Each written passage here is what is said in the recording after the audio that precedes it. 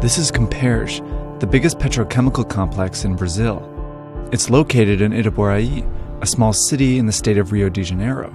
The multi-billion-dollar project launched in 2008, and the plan was to open in 2011. Thousands of Brazilians moved there to work. But it's 2018, and Comperj never opened. Construction of the complex stopped in 2015, after it became a symbol of the largest corruption scandal in Brazil's history, Operation Car Wash. Hundreds of prominent Brazilians, including CEOs, members of Congress, and even a former president have been implicated. Some of Brazil's largest companies lost billions of dollars, and the country slid further into a recession. 4 years since it broke, the scandal is still rippling through Brazil, leaving places like Itaboraí devastated in its wake. Quando você acha que está indo bem, é aí que você tem que abrir os olhos, porque vai de mal a pior. Isso tudo nós aqui sabíamos que isso ia acontecer.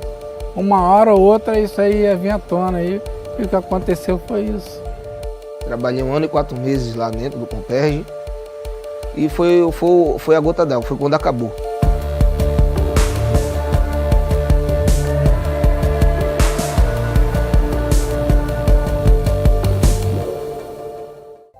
Itaboraí was the perfect place for one of Brazil's most ambitious energy projects. It had the space for 2 refineries and a petrochemical plant, spanning 45 square kilometers. It's also close to Brazil's newly discovered natural gas fields off the coast of Rio and Sao Paulo. When the project launched, it was estimated that Comperj would generate 200,000 direct and indirect jobs in the area. Itaboraí became a boomtown. In 2010, 50,000 people moved there, 160 new businesses opened, and the population grew by over 16%. But 1,200 kilometers away, police broke a case that would doom Comperj. In 2012, they had this gas station in Brasilia under surveillance. They suspected it was being used to launder money. Criminals would bring in illegal cash, report it as gas station earnings, and then funnel the cash to someone else, making the money hard to trace back. The police arrested a known money launderer, Alberto Youssef, and offered him a plea deal in exchange for the source of the money. But he warned his lawyers, "If I speak, the republic is going to fall." Youssef testified that he was laundering money not for criminals, but for top executives at Petrobras, Brazil's state-owned oil company. Petrobras was the largest oil company in Latin America. It also owned Comperj. The police launched a massive investigation, Operation Car Wash, and soon discovered Petrobras was at the center of an intricate corruption scheme. The company used its projects to enrich criminals, engineering companies, and Brazilian government officials. Here's how it worked in the Comperj project. When Petrobras needed to build the complex, it started a bidding process for the job. Typically, engineering firms would compete for the contract, driving down the price for Petrobras. But a group of these companies got together and formed an agreement. Instead of competing against each other, they cooperated to fix prices and take turns accepting projects. Odebrecht, the biggest firm and ringleader of this cartel, won some of the major contracts to build Comperj. This allowed Odebrecht to overcharge Petrobras and profit immensely. The original cost for Comperj was about $6 billion, but by 2015, Petrobras had paid at least $14 billion.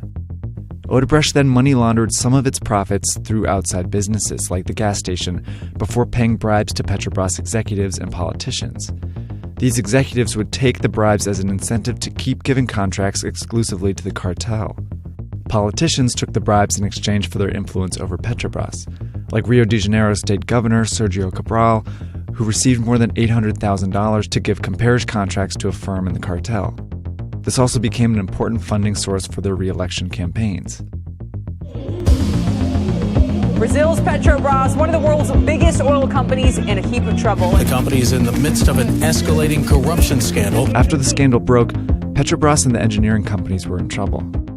Over 24 executives were initially arrested. Compounded by falling oil prices, Petrobras lost half of its stock value between September 2014 and January 2015. Construction on Comperj was incomplete when 13,000 workers were laid off. Today in Itaboraí, 40,000 people are signed up for the city's employment program. An average of 250 people line up here in search of odd jobs. As pessoas, a maioria, vira à noite sim. Fica aqui para poder garantir a sua vaga aqui. Geralmente aqui é 300, 500 pessoas já teve aqui para poder pegar a senha. Só que só são 300 senhas distribuídas. Many of these unemployed residents used to work at Comperge. Como eu ainda trabalhei lá 2 anos no Comperge, então eu tive muita oportunidade. É um lugar em que você pode até crescer um pouco a sua estabilidade de emprego, entendeu? Eu vim de Cabo Frio na esperança de trabalhar no Comperge, no polo petroquímico, sendo que já tinham me falado das vagas. Aí eu saí, me mudei, vim morar aqui, né? Hoje sou morador daqui. The massive layoffs at Comperge affected the rest of the city as well. Eu fui montar um restaurante lá na entrada do Comperge, na entrada mesmo, na principal do Comperge. E ali, por dia, era 400 refeições que vendia. Todo dia, café da manhã, às vezes até janta e tudo. Quando chegou 2013, o Comperge fez isso só. Parou tudo, restaurante não tinha mais ninguém, começou a ficar deserto. With Brazil's economy still trying to recover from a recession, Itaboraí has found it hard to bounce back on its own.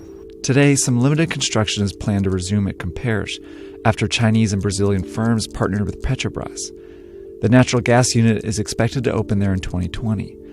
But this would only create about 5,000 jobs. And the problem is, the closing of Comperge and the devastation of Itaboraí is not an isolated incident. It happened all over Brazil and all over Latin America. Operation Car Wash successfully revealed systemic corruption in Brazil.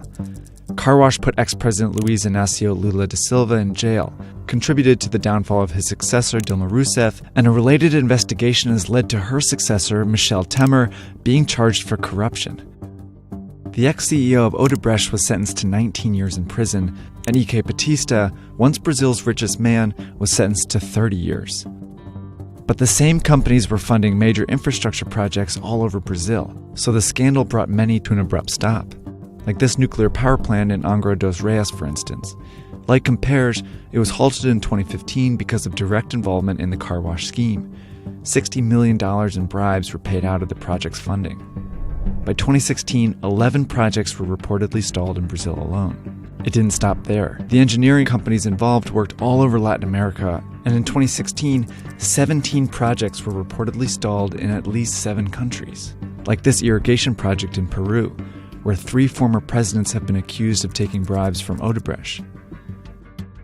In Colombia, this river dredging project was stopped after Odebrecht admitted to paying $11 million in bribes. And in Venezuela, at least 23 infrastructure projects have been suspended. These stalled projects mean lots of layoffs. A report estimates the car wash scandal wiped out 500,000 jobs in Brazil alone. Over 4 years after the scandal broke, Brazil's unemployment is still high. Operation Car Wash is a blessing and a curse. On one hand, it's uncovering systemic corruption that has plagued Brazil for decades. But on the other, it's threatening Brazil's democracy. For many, the prosecution of prominent leaders, especially Lula, who was imprisoned at the time when he was leading in the election polls, has revealed a bias in Brazil's judicial system.